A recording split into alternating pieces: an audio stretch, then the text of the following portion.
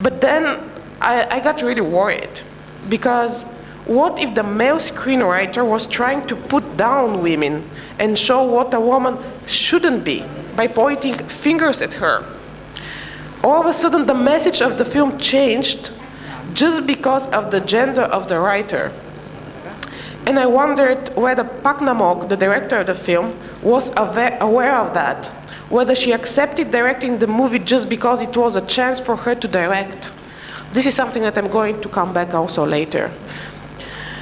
Chronologically, in the history of Korean cinema, the next 3 films directed by women have a lead characters again women. This in itself is impressive, because we don't have that many female protagonists in general. But once taking a closer look at the characters themselves, to me they have a more or less wrong message to the female audience. This sustained the question I already have with Pak Namok's choice for a central female character. How careful a woman should be when she chooses the characters to put on the big screen as a director. The first film I'm talking about is called A Woman Judge. It's a movie from 1962. The director is called Hong Eun-won. Although shot in 1962, the movie is still painfully valid today. It is about a woman that successfully follows a professional career, and she has to face the family criticism for her achievements in the face of her husband suffering from inferiority complex. The reason why this particular film made me think of the responsibility of a woman director when showing such a character is the fact that the main character in A Woman Judge actually submits to the social pressure. When she goes home, she transforms into a housewife who gives her best to serve the perfect dinner because that's what a wife should do.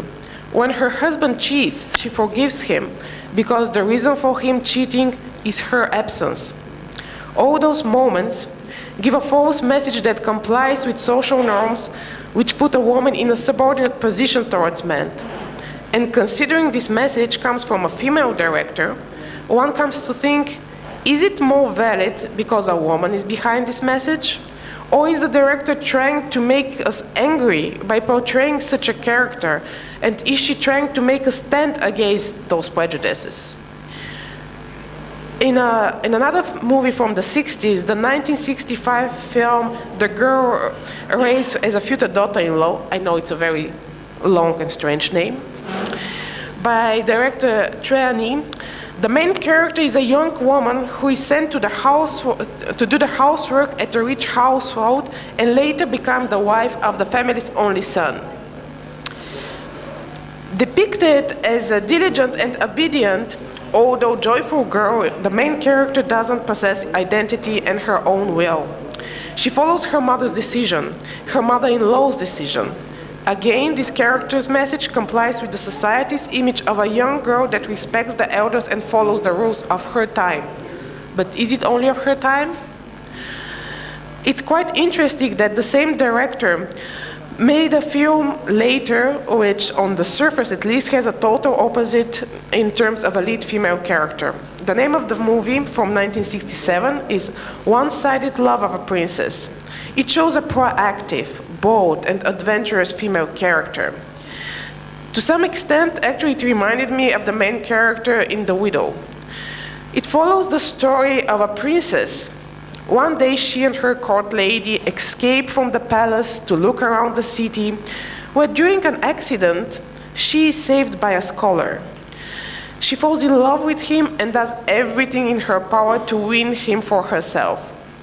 It is a female character that follows her goals and is strong enough to face the social criticism in the name of what she wants. But the reason for the female lead's boldness is a man. She falls in love with a man and is ready to overcome any obstacle in order to find him and win his heart. Don't get me wrong. I'm not saying it's wrong to fight love, on the contrary. But considering that this is only the 4th movie made by a female director in Korea, I cannot help myself but to ask, is that the thing that should motivate a young girl to be strong? Is it the longing for male attention and love the right driving force that should give a woman the strength to face the opposition coming from inside and outside her home? And trust me, in this movie, like, she faces real oppression, and she's really fighting, like as if she's fighting for her life in order to get what she wants and be with this man. Additionally, the strength in her can be actually interpreted not as strength, but as lightheadedness and immaturity of a very young girl that doesn't know anything about real life, and he's been spoiled ever since she was born. All that said, I guess we have to consider the time when the above-mentioned 4 movies were made.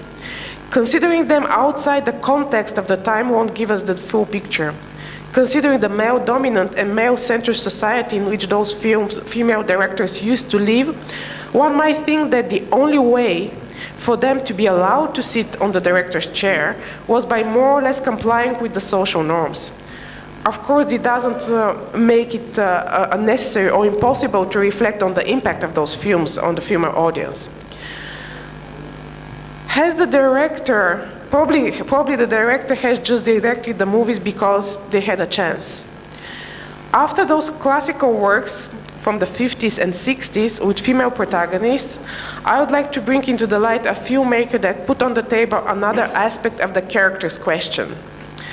Since a movie is directed by a woman, does she have to concentrate or limit herself only to female-male characters? Considering the fact that male directors boldly depict women in their movies and their ability to do it in a truthful way is rarely questioned, then probably we should give the same right to female directors to show male characters with the claim of being genuine. Actually, just yesterday I was having a conversation with one of our colleagues here who has a project which has a woman as the main character. So I asked him, why did you choose to have a woman as a character? And it was very interesting that he said that this is because he was raised in a family with more women, so that's what he knows.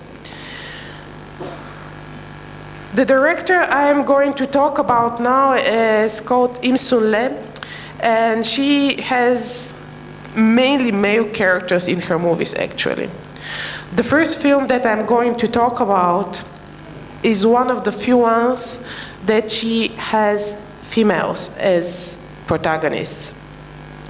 This movie is called Forever the Moment. It is based on the true story of the Korean national female handball team which competed in the 2004 Summer Olympics. Being a divorced woman, being a working mother, having to work despite your painful monthly period, there is hardly a topic close to a woman's heart that is not touched in the film about the road to the gold of the handball team. It is sincere and genuine portrayal of being a woman in the sports world. But apart from this film, which is really truthful to female nature, most of the other films with the same director have, as I said, male characters. After having watched another 4 of the other films of director Im Sun Lee, called Three Friends, Waikiki Brothers, Rolling Home with a Bull, and Southbound, all of them having an almost all-male cast, or at least the main character is definitely a man, I would say that all those movies speak not just for the male part of the world, but also for the female. They discuss topics that are familiar to anybody: trying to succeed in life, finding one's place in the world, trying to keep friendships, relationships. In those movies, I wouldn't picture relationships with parents, trying to break away from the past, facing a love from the past. So definitely those movies, I wouldn't picture the woman in the director's chair, but a genderless person. Im Sun Lee doesn't seem to stand behind the camera with the consciousness of being a woman who needs to stand ground for other women when it comes to choosing the characters and topics. She tells universal stories by ignoring her gender identity and even, I would say, assuming the personality of a traditionally male director telling those universal stories through male characters. I cannot help myself but ask, would have she been able to tell those universal stories with powerful and meaningful messages if she would have chosen women as her protagonists? I have to admit that especially while watching Rolling Home with a Bull, I kept asking myself whether me as a female director, I will be as moved and absorbed in that really philosophical story if the main character was portrayed through a woman. Yes, I'm also that influenced by the fact that we have so many stories like this portrayed by men, that I'm so used to seeing men in those stories.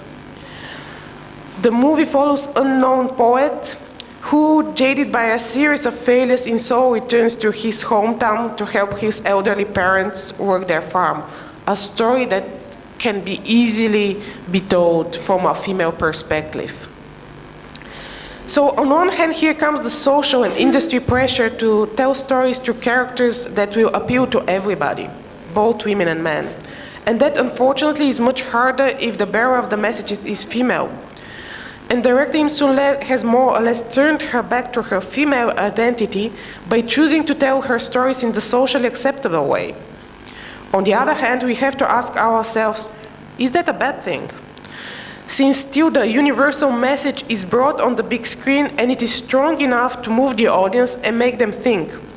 And considering that probably if she would have chosen to have female protagonists, her films might have been much less successful in terms of audience reach and box office, which is also something we need to consider. So here we come to the dilemma. The first dilemma is, if a female director wants her message to reach a larger audience, both male and female, it looks like she has to concentrate on delivering universal messages rather than female-specific messages, and trying to find another supporting methods in order to succeed, like having males as protagonists. And the second dilemma, if a female director wants to tell a woman's story through a woman's perspective and not in a genre film, she has to be prepared to have a more limited audience that will resonate with her messages. And here comes another category of films made by female directors, pure genre films. We talked also about this yesterday, women and genre films. As an example, I will use another film from the really impressive filmography of director Im Sun-le. I must say I'm a huge fan of the director. She's really diverse, she's really amazing, and you can find everything in her filmography. From, as I said, universal messages, to the genre film, to the female-centric films, to our coming-of-age stories. I think it's a dream come true to have a filmography like hers. So the film I'm talking about in this case is a genre film called The Whistleblower. It was a big box office success in Korea. Again, it is based on a true story, and it explores the hidden face of Korea's science industry. A journalist named Min Chul gets information that the biggest sterility clinic in Korea buys eggs illegally. With the instant feeling of getting an exclusive, he launches the investigation helped by a male scientist who is the whistleblower. Both center characters in the film are men. The movie strives to make an entertaining cinema experience for the audience. An experience during which the question about the director's gender doesn't come to one's mind. It is just telling a compelling story in a cinematic way. And it actually deals with serious problems in Korean society about corruption, about the gameplay in the big industry and in the big money. By saying that, here comes the next question, whether such an approach towards filmmaking by a female director is good or bad. On one hand, we shouldn't forget that cinema is also, sometimes, entertainment. So as long as those works achieve the goal in terms of delivering a satisfying movie experience to the audience, we shouldn't judge those directors if not choosing a feminist point of view. But there are also genre films that manage to have female protagonists and touch on really specific female problems. The two movies I want to talk about are Missing and Princess Aurora. Director Ioannis Missing is a 2016 movie, which is a suspense thriller. It has two female characters in its center as protagonists. It deals with the painful subject of being a single mother that is treated also in written and directed by Bak Jong-in's Princess Aurora. It's a 2005 film. In Princess Aurora, we have a grieving the death of her child mother, who goes on a murderous revenge spree. Both of those films try to criticize the absence or the abdication of the men from their role as fathers. They are also clearly showing the stigma that a woman carries with herself after getting a divorce in South Korea. Last but not least, we have the romance films helmed by female directors. The films that I would like to mention are Lee Jong-hyun's Art Museum by the Zoo and Ioannis' Ink and Love Exposure. I would dare to say that female directors have a special responsibility when it comes to depicting romance on screen, and that they still are in debt to their female audience in terms of truthfully depicting the reality in terms of romantic relationships. From the above-mentioned three movies, the first two play with the classical love story in which the guy wins the heart of the girl. They are much closer to our fantasies and stereotypes in terms of what the Prince Charming should be. They play with the notion that women need men as support. In the case of Art House by the Museum, the main character needs the help of the man in order to finish writing her script. And in the case of ING, in order to die peacefully. They assume that a woman's life is incomplete without the strong male presence next to her. Remember yesterday we were talking about the man who needs to fix our things, or like this being the only reason why we need a man. But it is a story that is dangerous. It assumes that if a woman in real life doesn't find her male, if a woman doesn't find her male half, she is something less, she lacks something. Maybe that's the reason why I prefer the other movie I mentioned. It's called Love Exposure. This movie tells the story of two female friends in their 30s. One of them is a free-spirited woman working as a photographer who is completely content with her intimate relationship with a married man. She has no intention of getting married herself. Meanwhile, her best friend is a fashionable and confident woman who married her husband because of his money. Yes, there are also women that marry men for money. She is shocked to find out that he's cheating on her. And now come the dilemmas of those women. Although, yes, Love Exposure has the romance part, it is much more of a road movie when it comes to what those two main characters want from life, not just from love. Was it worth it marrying a man for his money? Does she actually love him? Does she get to love him now that she knows that he's cheating on her? What about her friend who is having the affair with the married guy, who is actually at some point ready to get a divorce? Is that what she wants? And just as this movie, I keep asking myself, even after reviewing all those films and their directors, what characters a female director should choose? On one hand, a director, being an artist, a creative person, should be free to choose their own characters, topics, and messages, which means that the director should be able to describe their characters in the way they see them and want them to be. But on the other hand, according to me, every artist has a responsibility when it comes to their work. The way a character is shaped, the message that a character bears with themselves could have an influence on the people who get in touch with it.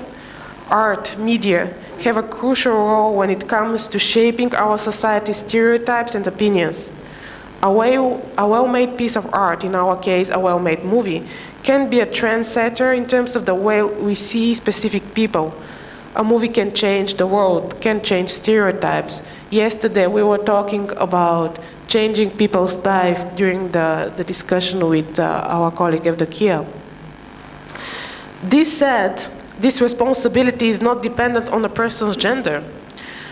Rather than looking at one's movie as a movie being made by a woman or a man, it has to be regarded as a movie made by a human being that as such has to be responsible for the messages and the characters in general.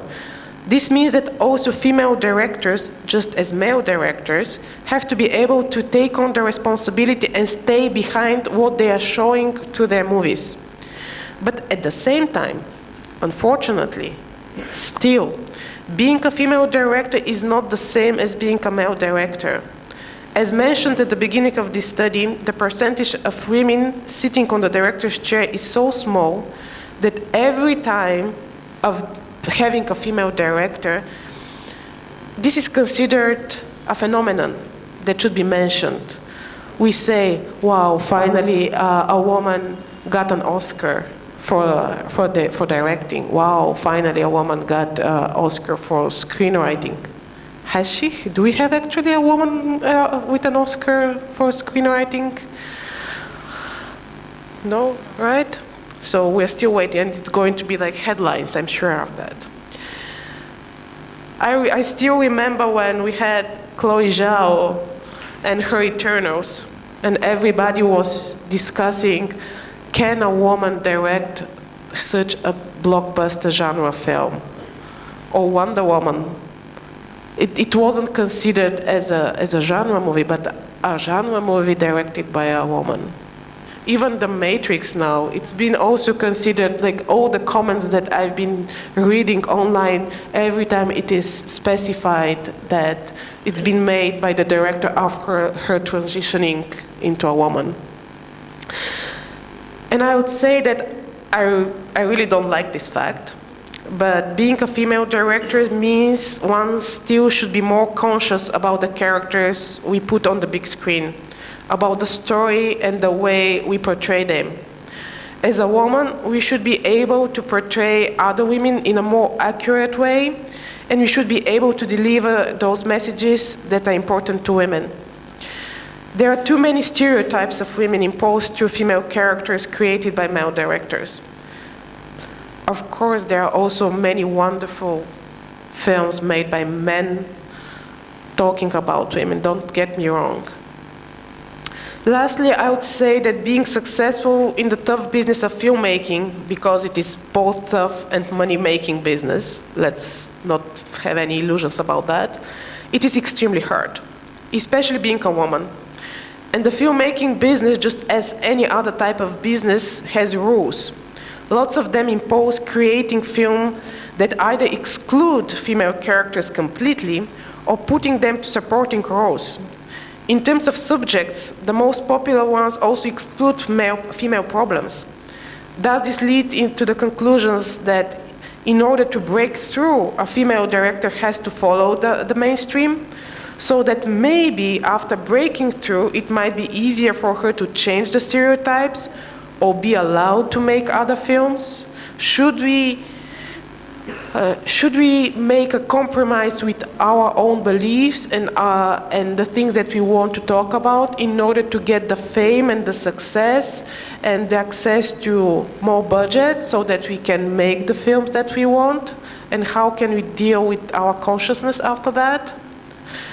I am afraid I have no unambiguous answer to any of the questions of this paper. And that's the reality. I just want to say that being a female director, regardless whether it is in Korea, Bulgaria, Bangladesh, or India, or anywhere in the world, it's tough and responsible. A role that brings with itself the necessity to take decisions in terms of the characters we portray. And I can only hope that at some point in the future, there won't be any need to talk about how crucial those choices might be in terms of achieving gender equality. And there won't be any need for papers like this or a conference like this, because it will be just a movie made by a human being. Thank you. Wonderful. Thank you, Jana.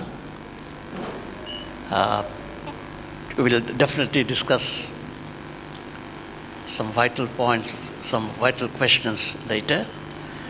Now, I would like to hand over the microphone to Ipshita.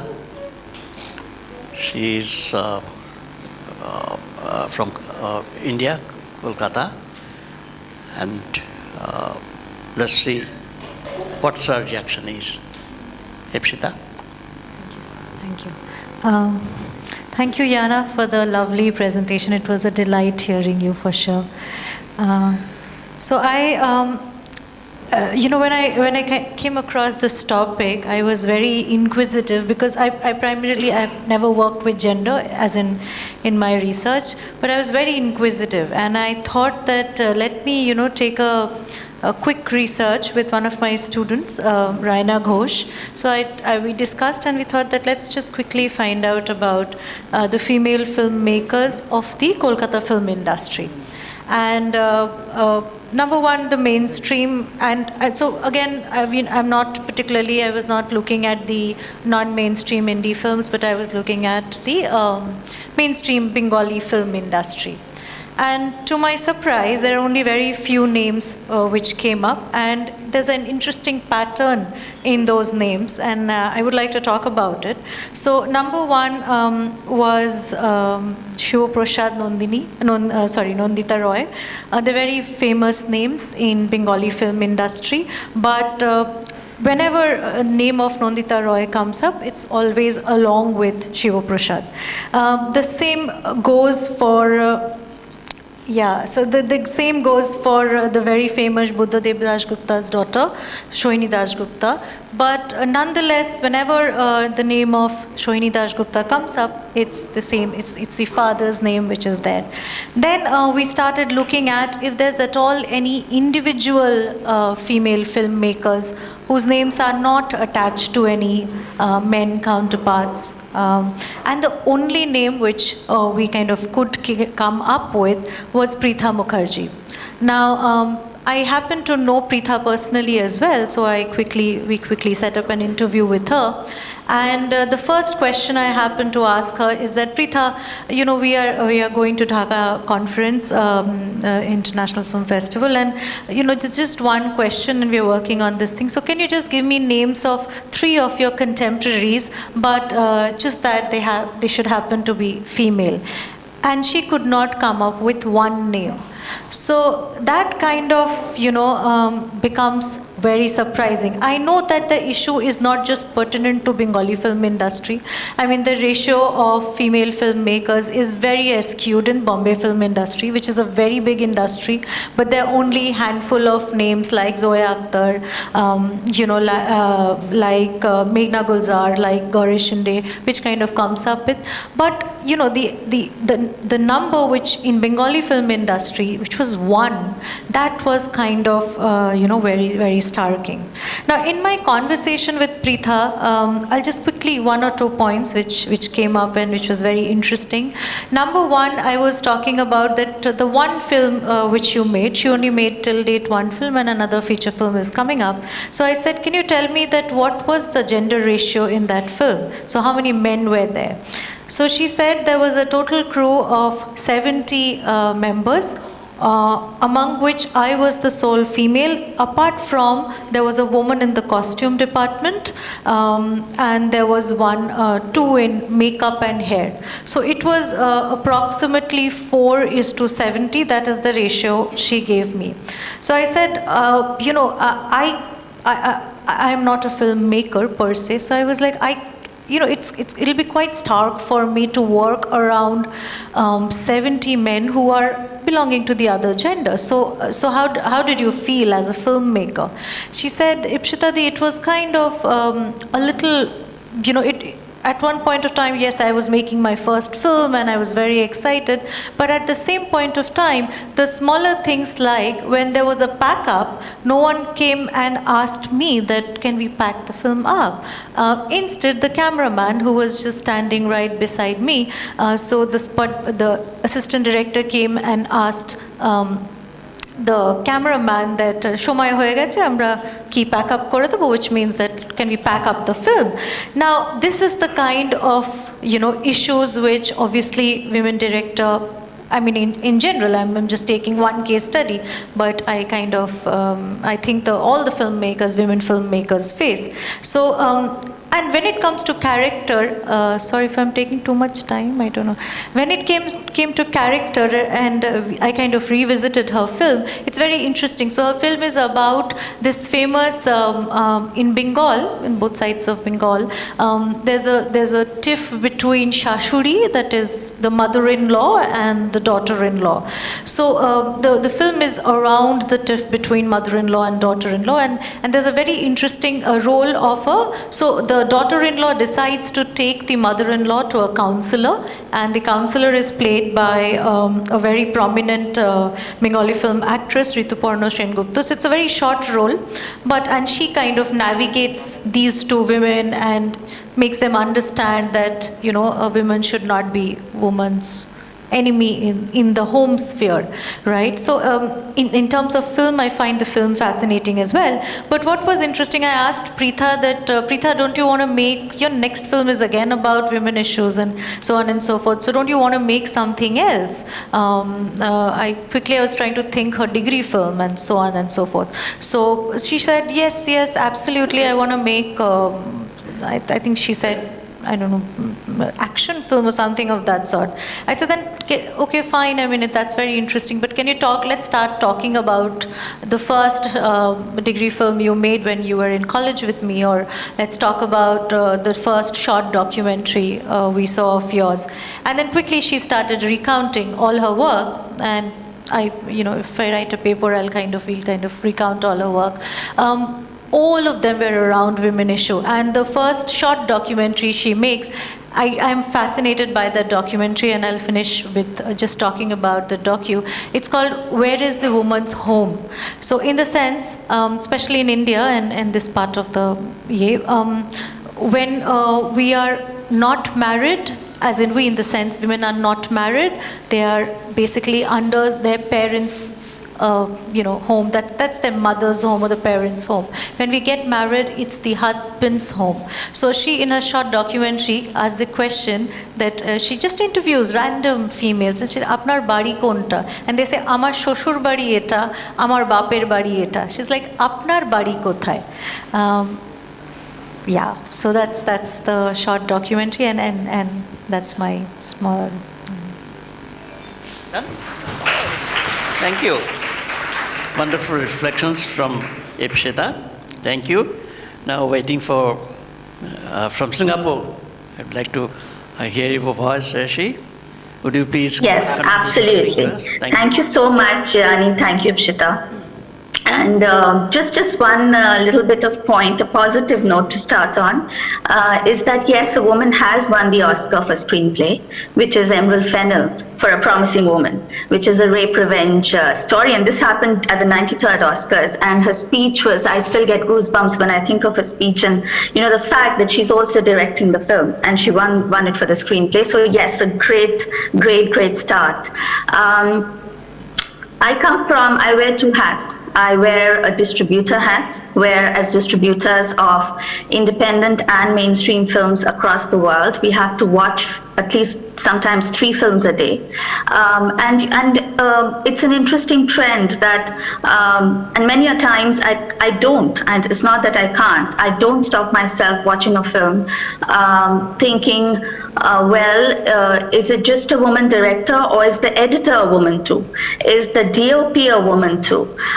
And and I'm noticing over the years very interesting trends in filmmaking from across the globe as well as South Asia and Southeast Asia on how characters are depicted by male and female directors.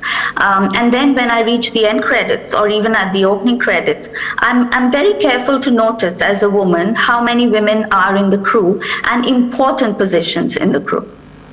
And the trend is changing, I have to say, which is very, very encouraging. Of course, there are still pockets in mainstream Hindi cinema or regional cinema, but there too things are changing. The other thing that I always try to notice is, of course, who's the screenplay by.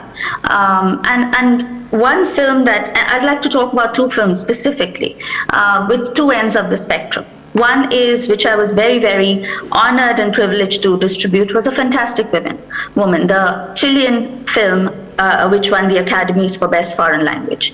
And it was by Sebastian Lelio, but it's depicting not just a woman, but a transgender woman. And what came across very, very interestingly was it was a human story. The other end of this, and I could go on about Fantastic Woman, and I hope most of you have watched it. If you haven't, please do. And again, it's on Amazon, I think. The other film is Capernaum by Labaki. And when I watched Capernaum, the thing that constantly kept playing on my mind is, of course, it's a woman director. It's also a woman editor, Laure Gadet, who directed Police, another story on child and child abuse. And what I kept asking myself were two things. One is the kind of patience that she had with her character, because if you read the background and the behind the scenes of Capernaum, it's about the kind of patience, and she just let her camera be and just filmed the child who was actually a refugee, and she just let it roll. And it's an open question, and it's nothing to do with gender, because I'll share the kind of experiences I'm having as a producer reading script from young filmmakers, and each and every day, every 2 days maybe, I read a new script, and I respect every script by reading it from end to end. And it's Labaki and Gadet, the way, and Gadet had enough and more material to maybe make 2 films, and the way she streamlined it, but keeping the pathos, the entity of the story intact. So I look at films, when I look at films as a distributor, I look at characters that are depicted not just by the director, but by the rest of the crew, and who are they? And there are very interesting men who have been depicting women very, very strongly, and I've never questioned that what if this film was made by a woman, would the character of the female or the male actors change? Some films is of course like The Great Indian Kitchen, which is about the film from southern India, which has created so much of wave, because it's a simple story about a woman in the kitchen and the mundanity she goes through. Please watch that film, all those who haven't yet. And it's directed by a very male director, a male DOP, a very young DOP from SRFTII, and who's done an excellent job of depicting her emotions and the male characters in the film too, and how she it all pens up inside her. Another film is Thappad by Anubhav Sinha, which is on domestic violence. And then you have the other side, you have Meghna's Talwar, which again I was very, very privileged to distribute. And you look at all these films and you look at it not from a female woman gaze. You'd look at it as a human story, talking about women and men. Of course, there are very, very distinct things that I noticed, like an OTT series like Clickbait, which is very crime. But when you watch it again and you look at some of the episodes which have a more human touch, you realize it's directed. Those are the episodes directed by a woman. So that comes out in some ways. But another thing that I'm also noticing is the actors in the industry are becoming very aware, and I talk about male and female actors, about the female roles in the film. And I have actors asking me when we approach them with script, if I have two very strong female-oriented films I'm producing out of India and Singapore, and the male actors and their names, they're not smaller actors, they've come out and said, wow, great, we are very happy that it's a strong female-oriented film. I'm not taking the front seat, and I'm happy not to. The other, and I'm going to end with that, there's loads I could go on, if I've always asked myself, what if Star Trek, such a very popular series, look at the 18 female characters there are, especially when you look at them, they're not people or characters that don't have flaws. The women do. Look at Captain Ratchet. The way she turns around her ship because she knows she's going to kill so many lives, and the rest of the crew go with her. But what I'm noticing, Wonder Woman, of course, look at her. She's a superhero directed by a woman. Wonder Woman is directed by a woman. She's a superhero, but she has her flaws. She has her moments. At the same time, one thing that I'm noticing, and I'm so happy to say that the young men directors who come with me with screenplays, the intensity, sensibility, and some male directors I'm working with who are my age, I'm close to 50, and who have such sensibilities about their women characters. Oman Das from Malaysia, who I'm working with, intense introspection on what a woman thinks. And as a woman, I didn't find flaws in the script. There are various times I do. As a woman, I wear that hat. Maqsood from an upcoming director from Bangladesh. Look at Saad and look at what he created with Rehana Mariam Noor.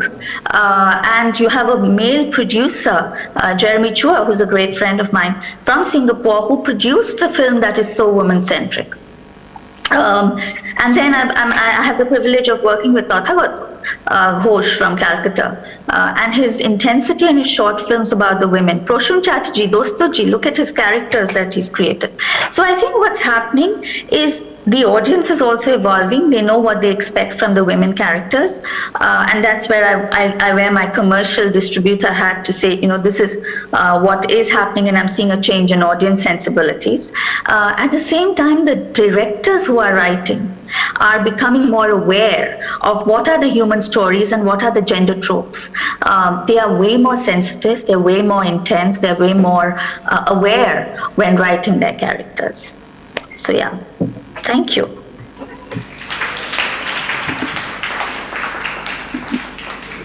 Thanks a lot. I'll now invite questions from the audience. Any question? It's your issue, please.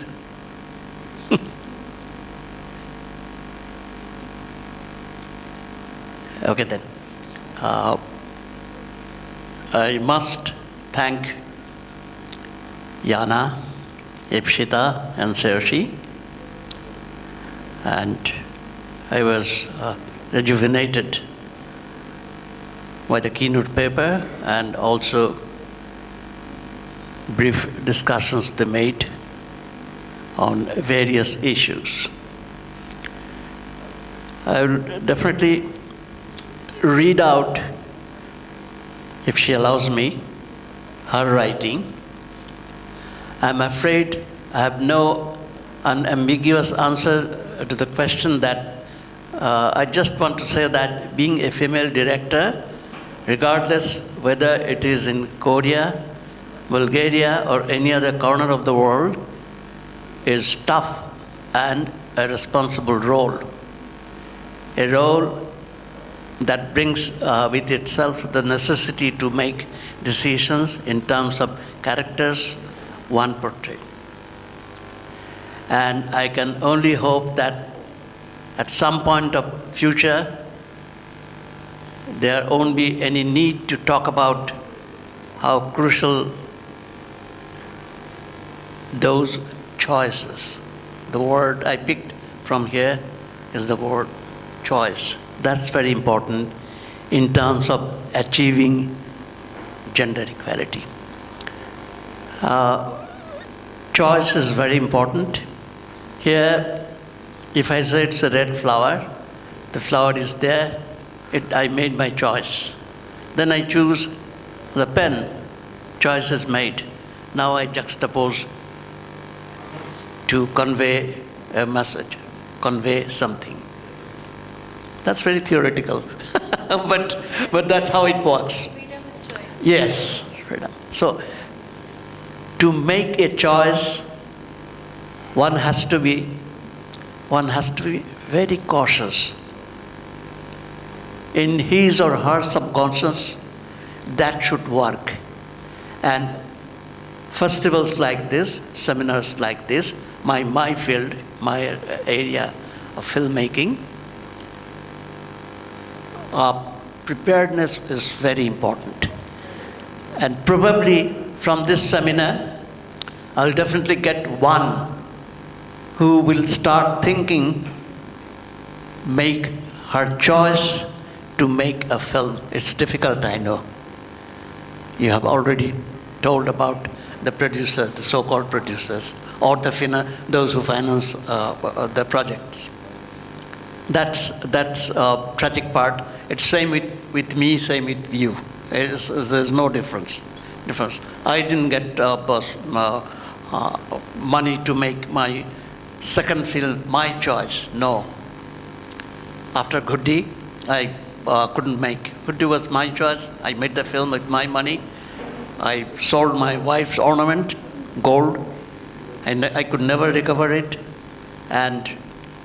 But when I made another film, I remember Aina Bibi Pala, a famous story, a famous novel by Sayyid Shamsul Haq, a renowned writer who we lost him year before. The producer, I gave him the script, everything, the story, and the name, Sayyid Shamsul Haq. It's definitely a name. Unfortunately, end of the when I was shooting and he was watching, at that time we used to call, after each day shooting, we used to see the shots there.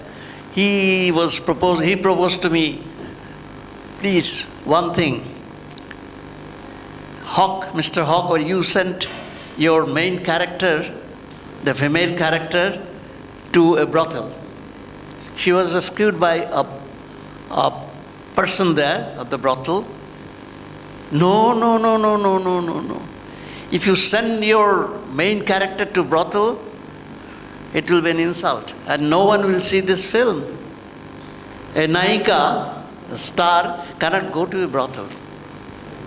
So they don't want a character, they want a star there. And stars do not read newspaper or in the morning, or do not go to toilet. Not my saying. That's Ritik Ghatak's saying. He was my teacher in Pune Film Institute.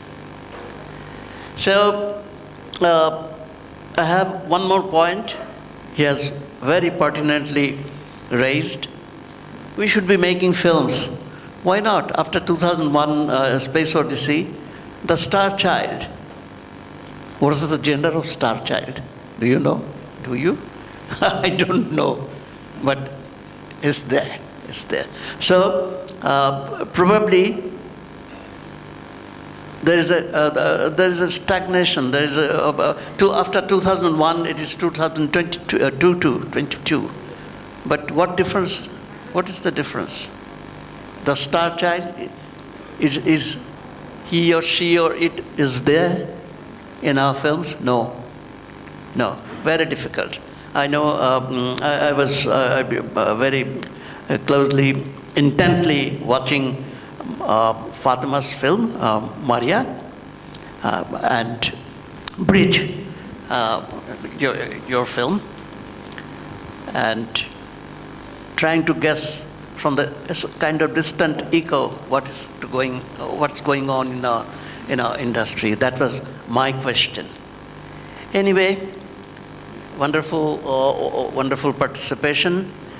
And about Institute, I think in the last session, some questions and the questions were answered. That's also very important. Institute is not a place where you go and you get lectures, come out.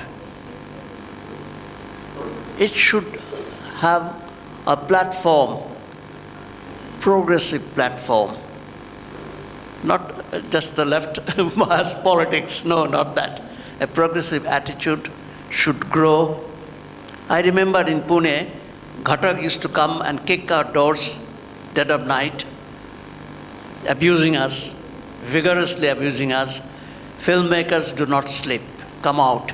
And we used to go to Amtala, the wisdom tree in Pune Institute, and discuss films. That is how an institute works. And I have, from this platform, appeal to the government sector to rejuvenate the film institute we have. It's a dead place now. I don't go there. It's absolutely bureaucratic. You know, you come at 10, give a lecture, go out for lunch, if you ever come back, or you just go back. So, but it's a full-time occupation. That's what I feel. I'm a teacher. I enjoy teaching more than making films, because I don't have money to make films, but teaching is my profession now. And I'm proud to have very progressive students making films all around. Jainika was here. I think she has left. She is a very good maker with ideas. And Jackie bhai, I would like to hear. Hello. Can you hear me? Yeah. Actually, you are a SRFT pass out, and would like to hear something about your friends, colleagues who are making films. Can you tell us something? Because the young film students are there. Oh, they yes. should know something about your past and something. You know, this basically this Dhaka Film Festival is aiming for the mainly students and young students. Oh, yes, Mustafa. So you have the experience. If you have a very glorious past, and some of your friends, colleagues are now superstar, maybe you can tell them something. I mean, so that they can hear something, they know about you more. Yes, for younger generation, definitely I have a message for you. Like today's seminar, when you leave the seminar after the festival, please reorganize things, think. I know theories only do not make films, but no film was made without a basic assumption or basic theory, if you allow me to use that particular word. I hate that word sometimes. and try to construct. Make your choice. That's absolutely important. Choice is yours. Struggle is a part of us. And what Shobhan asked me, definitely, you have today, you are fortunate. I'll definitely say you are fortunate today to have persons like Viana, Ipsita, and Sriyoshi. And they have tremendous background, dedication, honesty. That's very important. Don't make hundreds of films. In Bengali there is a word, there is a saying, dictum, itar prani prasab beshi kore. Very difficult for me to translate. But আমরা যেন ইতর প্রাণী না হয়ে যাই, প্রসব একটাই করব, but that should reflect the total desire we had today, the total discussion today, or whatever your dreams are. Try to fulfill that. I'm giving a class lecture, am I? Well, thank you. And one more thing about technology. That's up. Don't be a slave of technology. Technology is your slave. Yeah, yes. No, what difference does it make, 5K or 4K? Could. All right. So, try to get hold of that because all the gadgets, all the electronic things, there is a business behind it. So they will say, unless you buy X, Y, Z kind of camera, you cannot make a good film. That's absolutely a stupid proposition.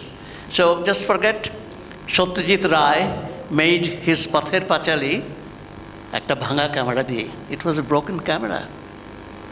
He made Pather Pachali, still alive, so many years. And that's the beginning of filmmaking, honestly. So, যাই হোক, আজকে আমি সবাইকে ধন্যবাদ দিচ্ছি। ফেস্টিভ্যালকে আমি ধন্যবাদ দেবো এই জন্য। স্ট্যাগনেট করছিলাম, I was stagnating with my a little bit handicapped, not mentally but physically. And Shobhan, in fact, forced me to come here and meet wonderful persons like Yana, Ipshita, and Sreyoshi, and you all who all are there. So let's hope for the best. Next year, we would like to see more films not from the filmmakers, not from. I'm not going to use that word gender. From the filmmakers, okay? Thank you very much. Thank you, Shobhan. Oh, sure. There's a question? Any question? Please. Please, you introduce yourself and then ask the question. Hello, my name is Mritika Rashid. I'm a film student from Jagannath University. My question is, when a female filmmaker makes a film about a man's psychological and philosophical journey, and there's not a single woman character focused on. Actually, I'm talking about my script and I'm dreaming about to make it. But see, as I'm a woman and showing you guys my point of view about the society and around me, so just because I'm a woman, is it called a feminist film or anything else? What do you think?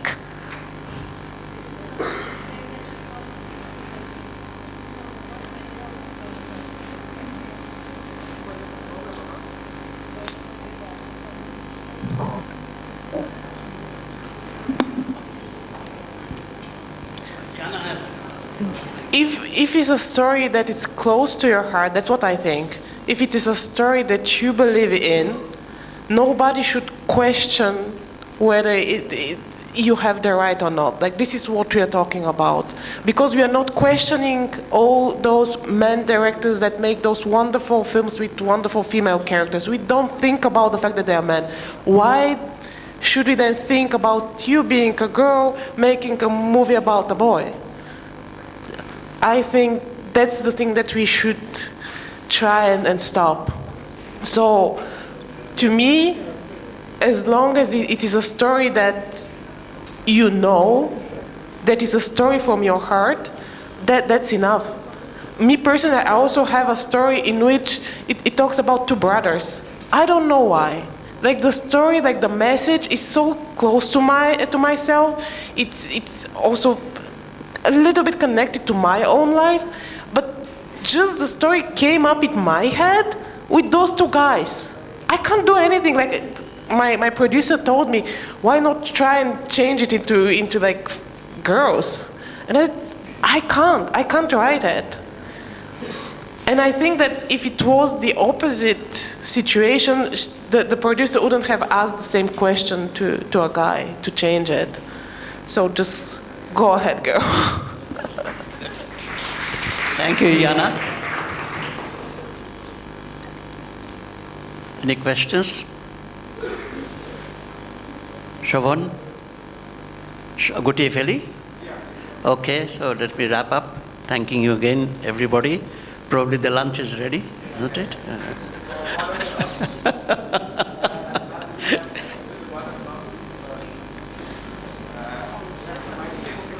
Oh yes, 15 minutes we can wait. No problem. Okay. তো তোমাদের নতুন যারা এসছো তাদেরকে আমি বলি একটু সময়ের মধ্যে যারা এসছো younger generation let me if you allow me to use Bangla তো তোমাদের ফ্যাশন হিসেবে নেবে না প্লিজ আর্ট ইজ ডিফিকাল্ট সেই জন্য ফ্যাশনের জন্ম হয়েছিল hence fashion so it's not fashion definitely not এটুকু ভেবে I am a film maker no You are, definitely. ওই যে মাটি শব্দটা আমি ব্যবহার করি মাটিতে দাঁড়িয়ে ছবি করো ছবির কথা ভাবো লেখো আরেকটা সাইড তোমাদের কিন্তু হাত দেওয়া উচিত that's the film critic we don't have we try to use 18th or 19th century language English language or Bangla language to assess a film that's absolutely not valid. That's not valid. I have to be in this this time, and I should have idea about what's going on. 2022. What is the language? Oral, written, or film language, and then I should write about films. Otherwise, it's all vain. And that part in Bangladesh is very poor. Film and the critics should be definitely a bit advanced also.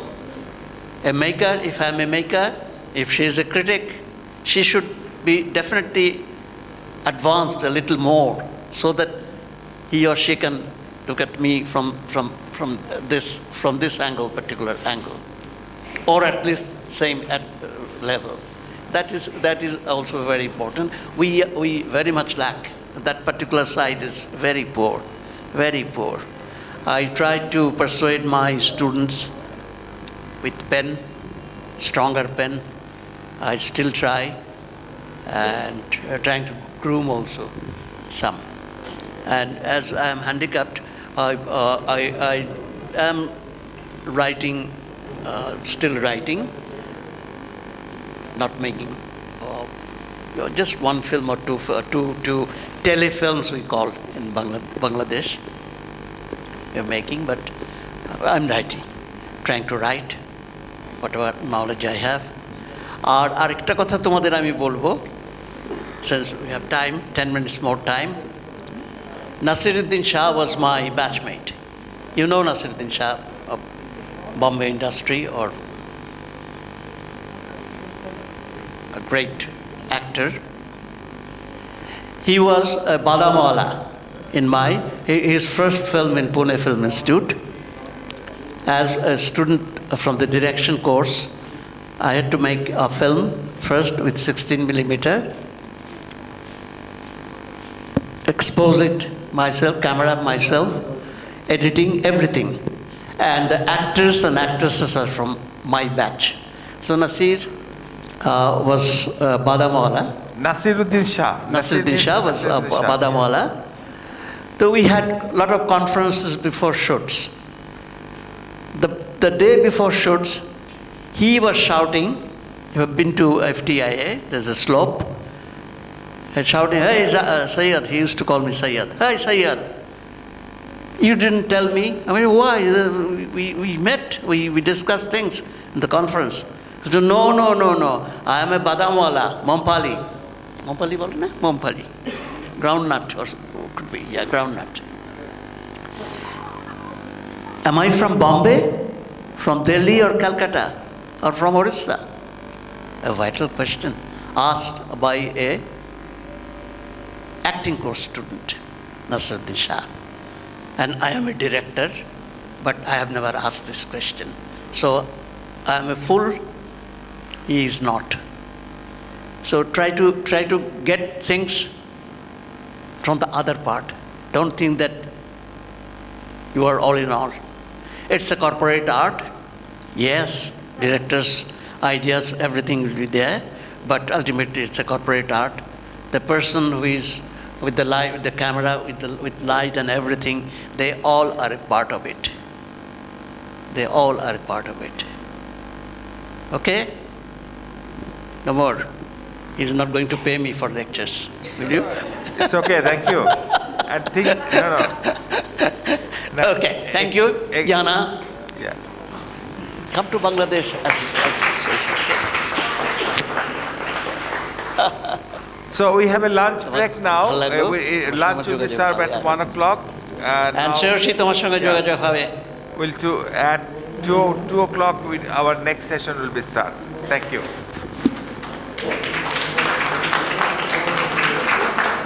Do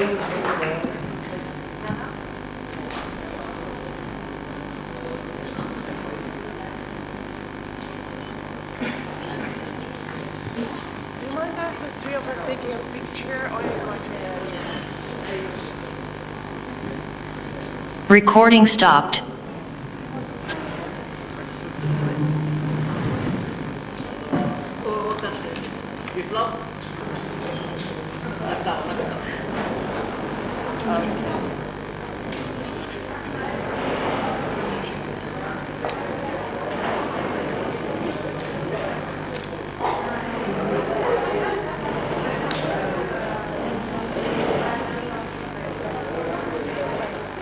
Thank you very much.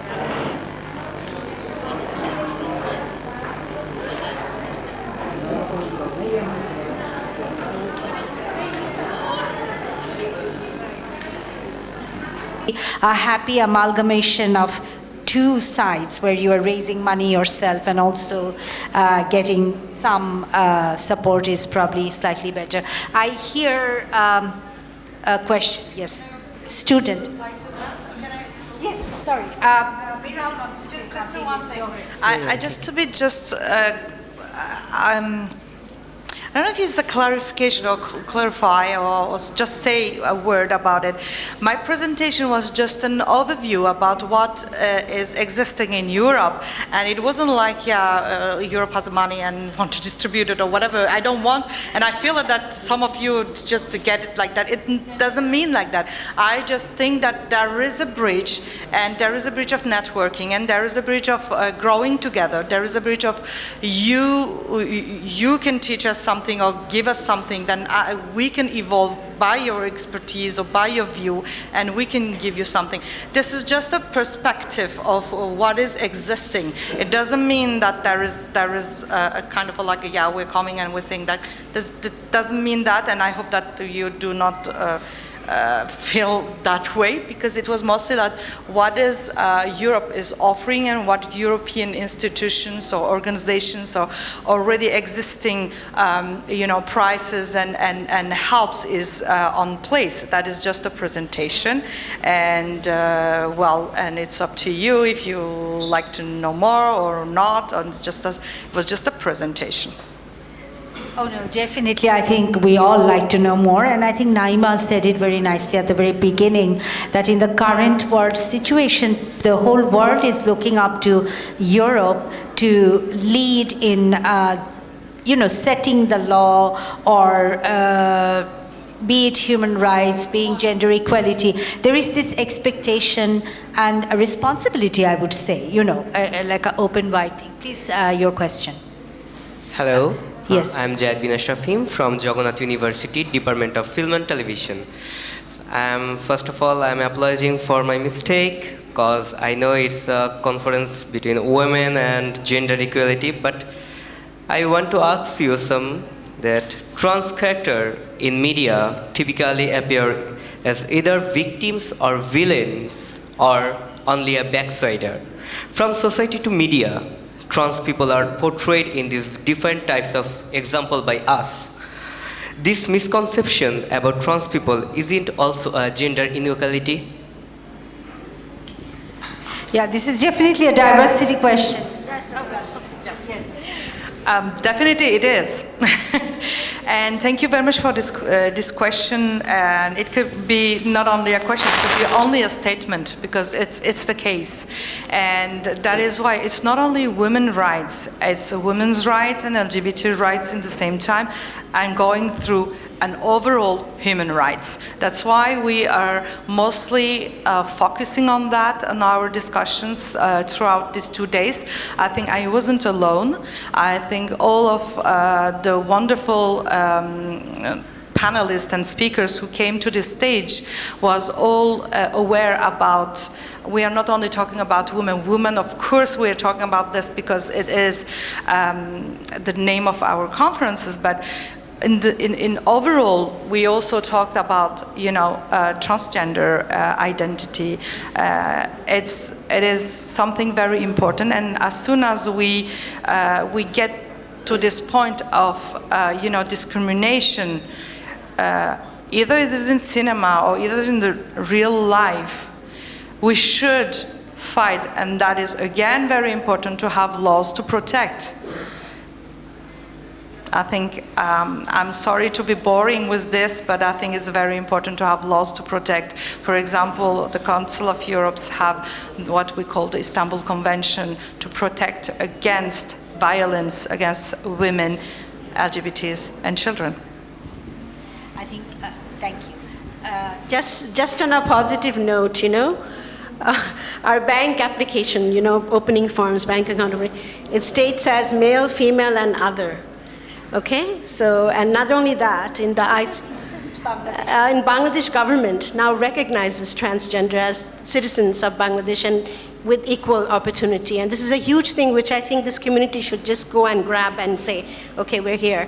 And I think we have a news broadcaster as well on television, So this agreement, sorry, I would just add that EU and Bangladesh has an agreement, first at EU-Bangladesh trade agreement, but overall, not only the trade agreement, but we also have a bilateral cultural growth agreement, meaning that we're going to Europe and Bangladesh will work together.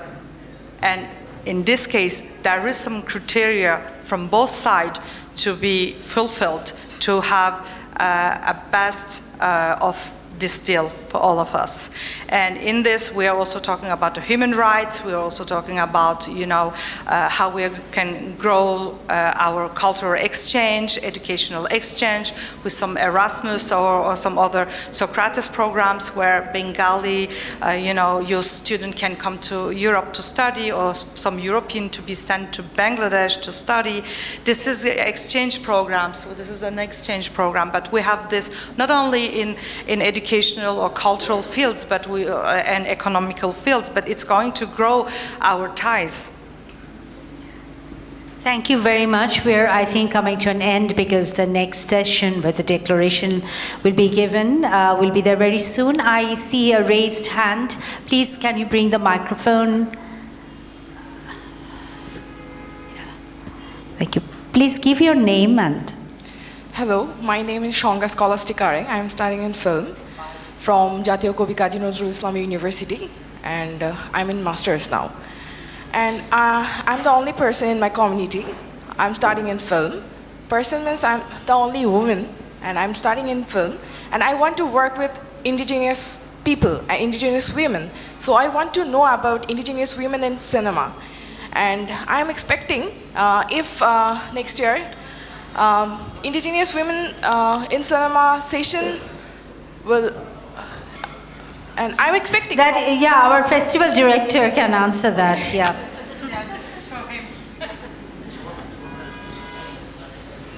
Well, actually, sorry.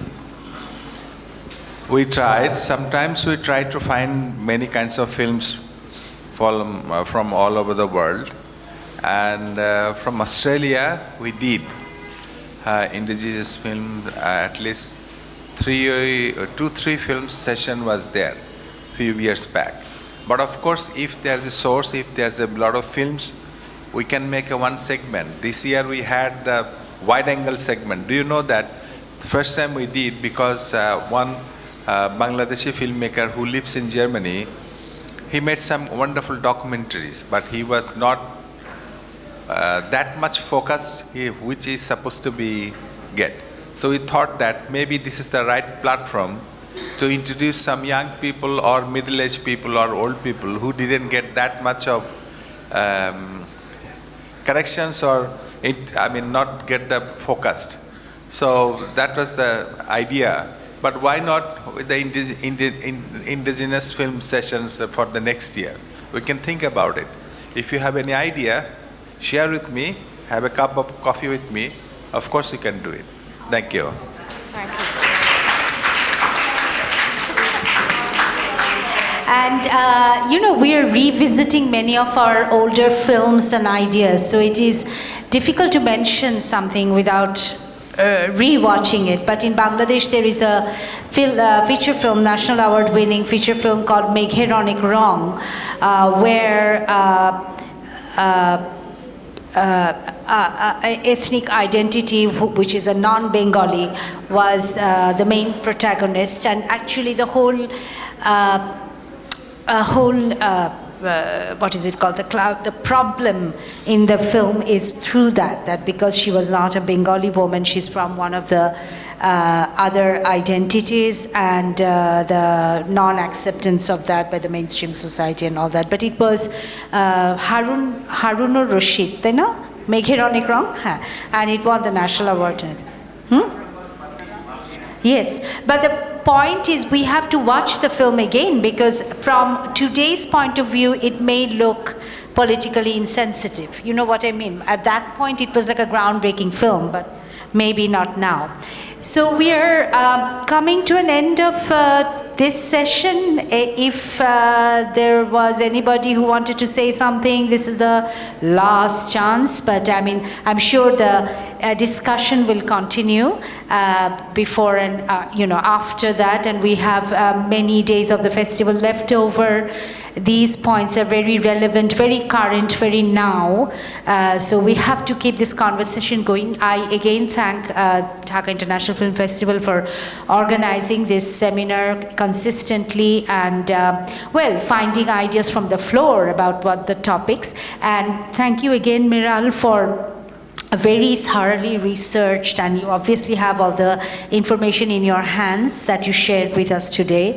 And all the bridges that you mentioned, all the cooperations that could happen. I'm also a very hopeful, positive person, although I sound a little cynical with my gray hair. And I wanted to leave this question for everybody. What is home and why is family important? And why not family is a capitalist tool to, subjugate women? That could be another topic, that home is family unit, another session. But just want to end with this, which I thought was a wonderful ending of your paper, that you can be what you can see. And that is our job as filmmakers, as festival programmers, as fund heads, to make that happen, where women, men, other identities, everybody will take equal part. Thank you.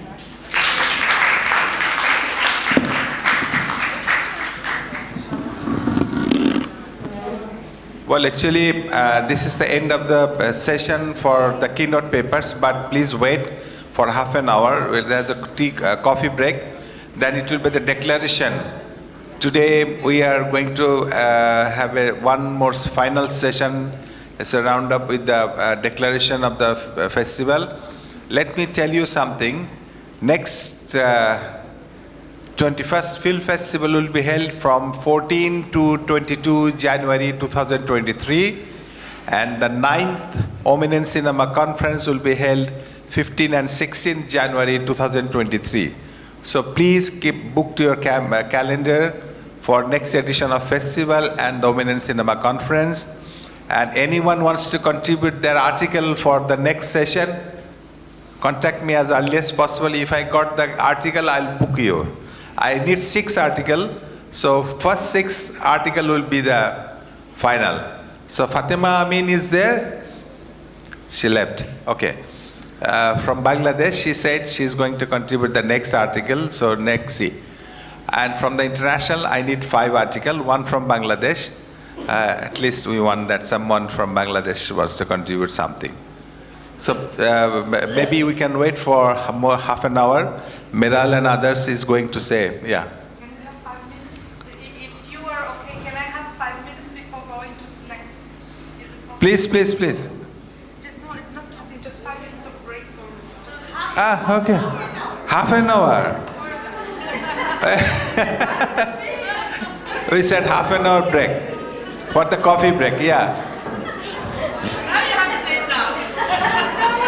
Oh no, actually, no. Actually, not half an hour. Sorry. 5 minutes. No. Because it's supposed to be at 4 o'clock. So we have 10 minutes here. Yeah. Yeah, 15 minutes. Yeah, 15 minutes break. 15 minutes break. Thank you.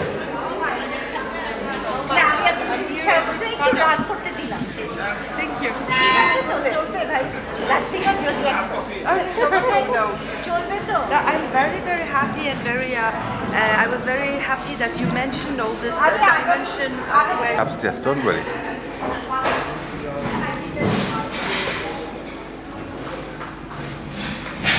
It's a nice, I'm sure it's a wrap-up program, so whatever we have.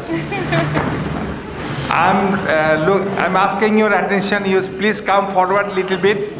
And this declaration will be also well read, nicely presented at the closing ceremony of the festival. So you are also invited to attend our closing ceremony of 23rd of January at the National Museum. So I'm giving this microphone to the stage. Thank you.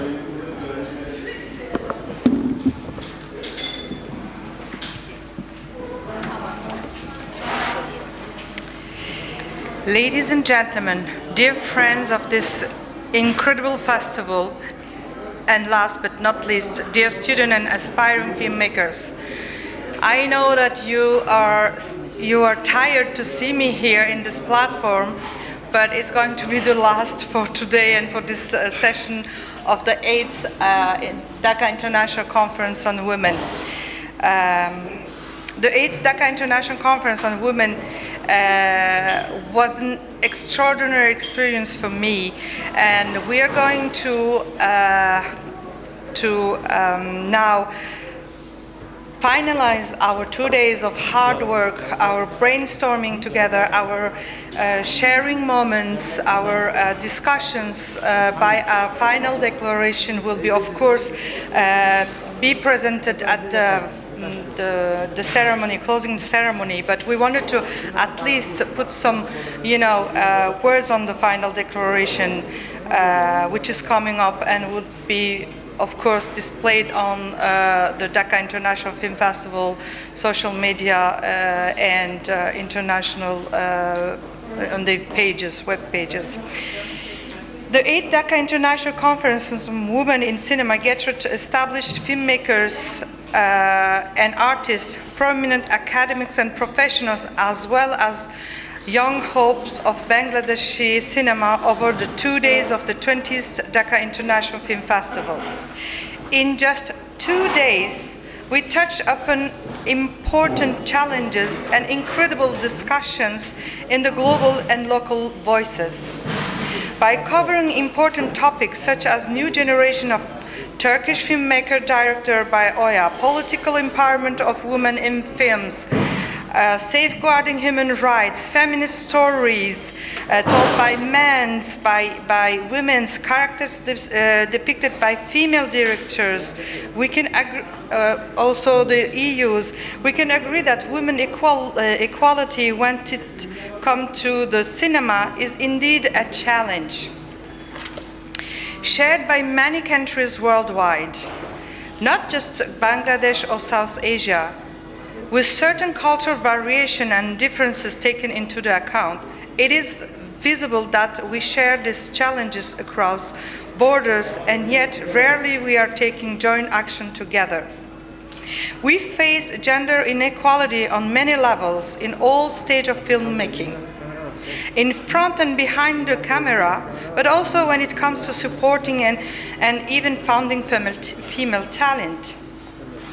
gender equality, or should I say inequality, women's rights as human rights, tackling stereotypes, lessons learning from different policies around the world, trade agreement or soft power, or is undeniably part of our discussion.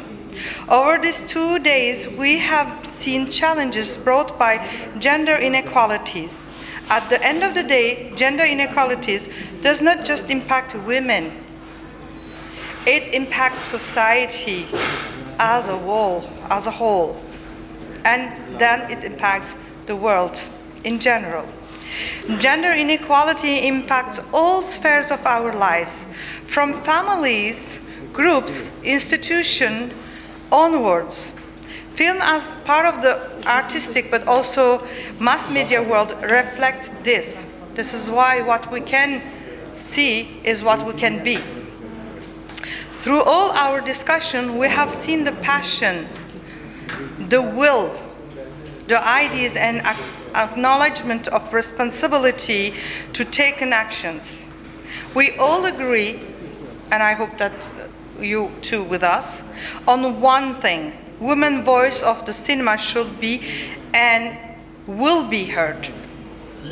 Following on this, I am delighted to announce Women in Cinema 2022 declaration as a part of the Dhaka International Film Festival that will be drafted and published, of course, at the closing night.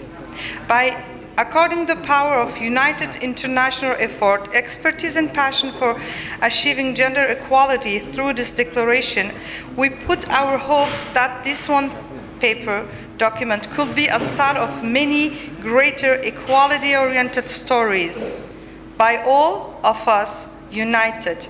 Thank you very much for all these 2 days. Thank you, Ahmed. Thank you, the audience. Thank you, all the speakers. Thank you, all this wonderful lady. And I would like to have a special thanks to Dalia, who, when I was on the stage, had the tremendous courage and being so fast to write all our ideas discussed in few words here. And I would like to give the floor to this amazing ladies who is representing, when you look at this, representing the entire world all together here, sitting and sharing their expertise.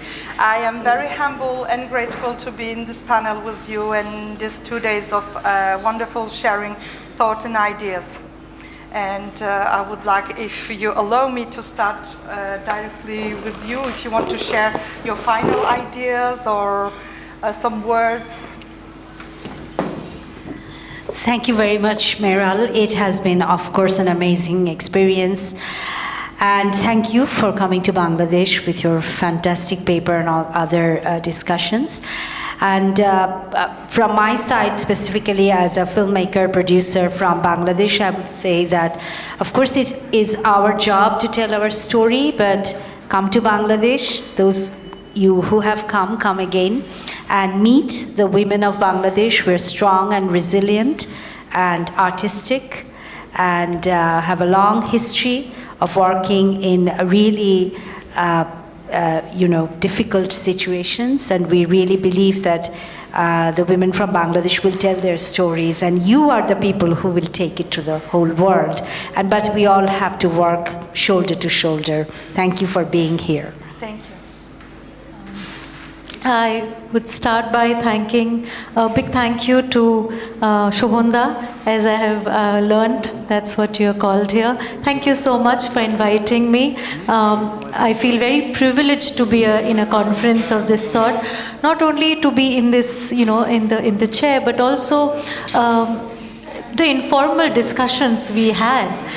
It was so much encouraging. I think I, as a film scholar or whatever, I mean, in general, I have learned so much from the young filmmakers, whether it be Misako from Japan or, such 28-year-old girl, and she has such nice ideas. So I'm just saying that I'm thrilled about all the informal discussions I had in and around here from all age groups. So that was wonderful. wonderful. I think the word which repeatedly came in these formal and informal discussions was the word choice. And it is the choice which is equivalent to freedom, whether, as I was discussing with you, ma'am, whether it be the choice of motherhood or the choice to be a filmmaker, a female filmmaker, which is a difficult choice indeed that we have learned during the course of the conference. So, but at the same time, I think we as a generation, as in we women who sitting out here and in this generation, we are very privileged. We are privileged because we are in a conference of this sort, where we have a voice. We have a voice to talk about women, or we have a voice as in our films, where we talk about our issues. That's what we were discussing in the session about characters of the woman in film. So it's basically women filmmakers who are using their voice in terms of using the filmmaking as a tool, as a medium. And that's why I think I'm extremely lucky to be a woman, and we all in general are in a very, very privileged position out here. Once again, I thank the organizers.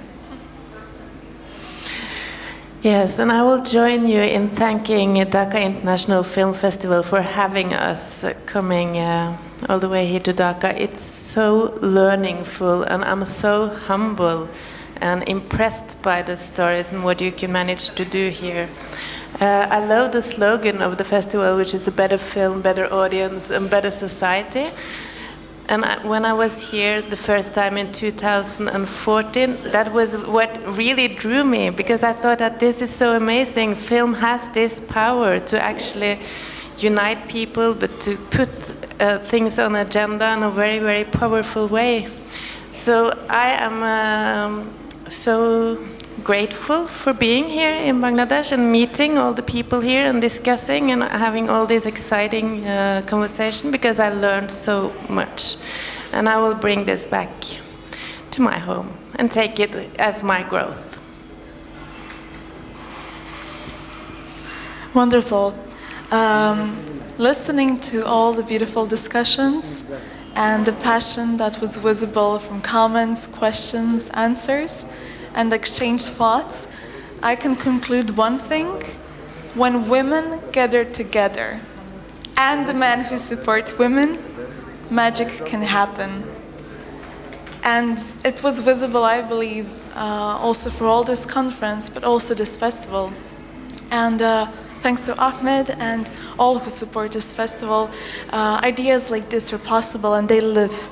And even more importantly, they unite people from all around the world together to join in these gender inequality challenges, to find joint solutions, as Meral already stated. I think it's very important, because although these challenges unite us, it can also bring joint solutions. There were many outstanding points. I believe it's very hard to sum up everything we touched upon. I tried putting up a list of maybe some crucial issues and how maybe we tried to approach them. But I will just try to be very brief. We covered from education, even certain positive discrimination elements of having quotas. Personally, I believe that positive discrimination should be a temporary measure, not the one on the long term. We need mainstreaming equality, as we already said, having it in primary schools, having it in education all over, everywhere in the media. And this is where filmmakers can play an important part.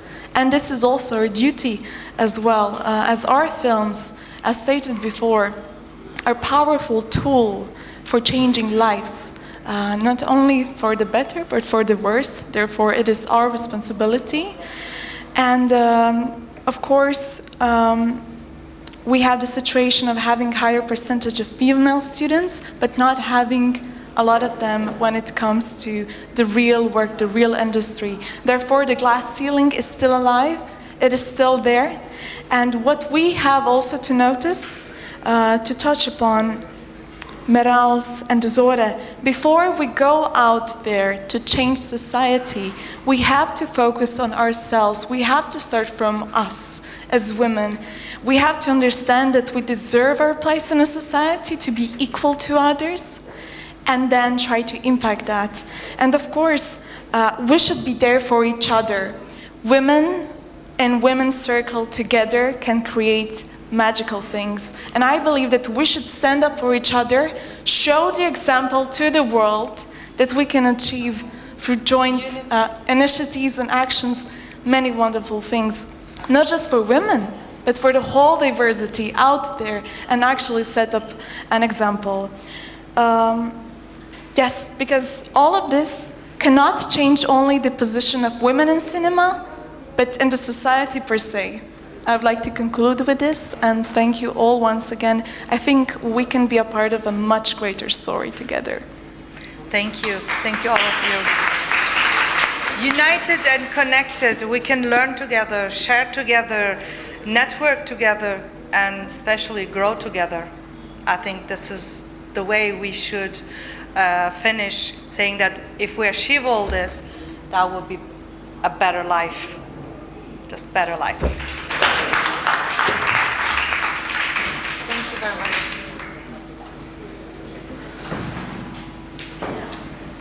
See you next year.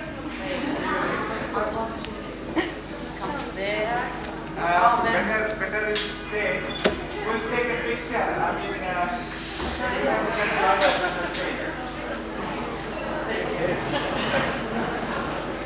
I think Ahmed, you should come to the final picture. Yeah.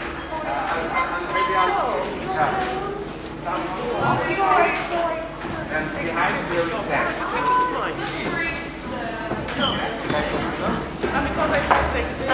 I see.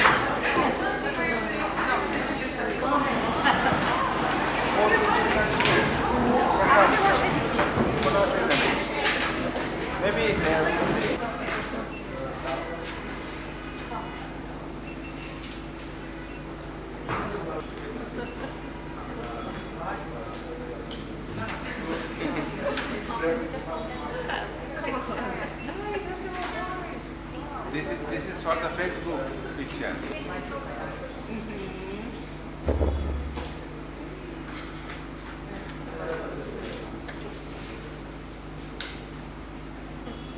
Okay. Done.